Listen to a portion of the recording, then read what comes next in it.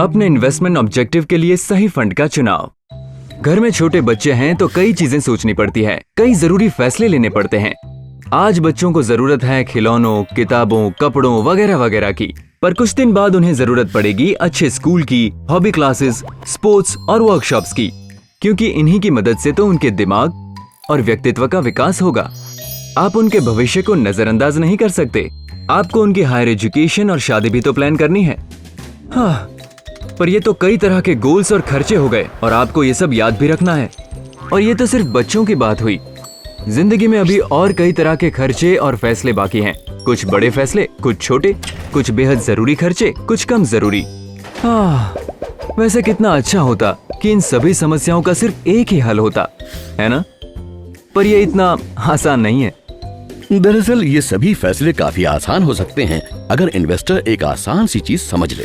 जिस तरह अलग अलग समय सीमा के अलग अलग फाइनेंशियल गोल्स होते हैं, उसी तरह हर गोल के लिए इन्वेस्टमेंट प्रोडक्ट्स भी अलग होते हैं। और उन फाइनेंशियल गोल्स को पाने के लिए सही इन्वेस्टमेंट ऑप्शंस चुनना बहुत जरूरी है। तो इन गोल्स को अलग अलग वर्गों में कैसे बांटा जाए?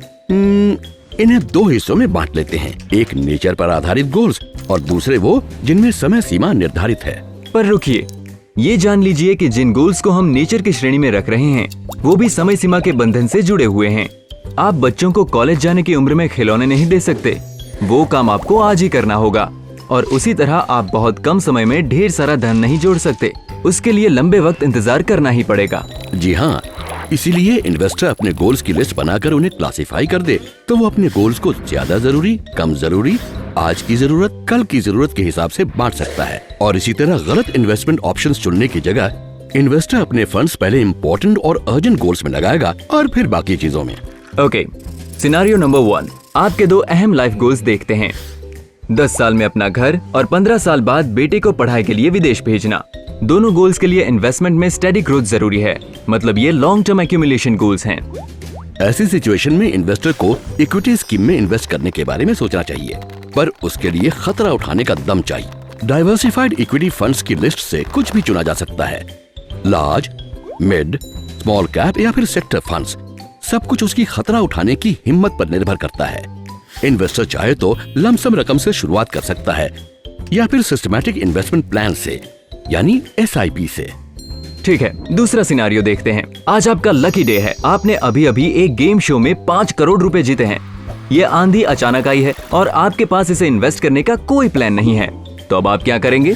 अपना पैसा किसी सेविंग्स अकाउंट में रखने की जगह उसे कहाँ इन्वेस्ट करना है ये तय करने तक अगर आप उसे किसी लिक्विड फंड या शॉर्ट टर्म फंड में इन्वेस्ट करेंगे तो आपको बेहद कम रिस्क पर अच्छे खासे रिटर्न्स मिल सकते हैं।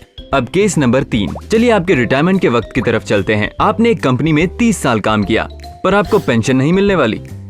तो अब आपके पास रेगुलर सेविंग के 75 लाख रुपए हैं और अब आप अपने इन्वेस्टमेंट से रिटायर्ड लाइफ के लिए रेगुलर इनकम कमाना चाहते हैं।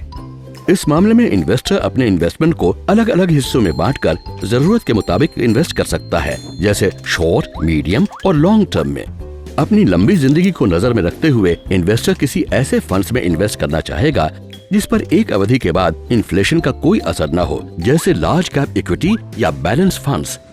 एक बड़ा हिस्सा लॉन्ग टर्म बॉन्ड फंड में लगाया जाए ताकि रोजमर्रा के लिए आमदनी पैदा हो।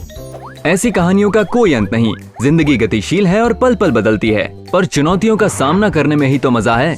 तो जिम्मेदारियों और फाइनेंशियल प्रेशर से दबना बंद कर दीजिए। मामला चाहे बच्चों के खिलौनों का हो, उनके हायर एजुकेशन का हो या आपकी रिटायरमेंट का, बस फाइनेंशियली प्लान करना सीखिए। आप गोल्स को अलग करना सीख गए तो आप सही रास्ते पर हैं, या कहें कई रास्तों पर। डिफरेंट इन्वेस्टमेंट ऑब्जेक्टिव्स के लिए कई प्रकार की म्यूचुअल फंड स्कीम्स हैं, यानी आपके अनेक दुखों की एक दवा, म्यूचुअल फंड्स। आशा है आपको वीडियो पसंद आया होगा। देखते रहिए और हम इन्वेस्टिंग कॉन्सेप्ट समझने में आपकी पूरी मदद करेंगे। आप चाहे तो अपनी प्रतिक्रिया हमें editor@templeton.com पर भेज सकते हैं। Mutual fund investments are subject to market risks. Read all scheme-related documents carefully.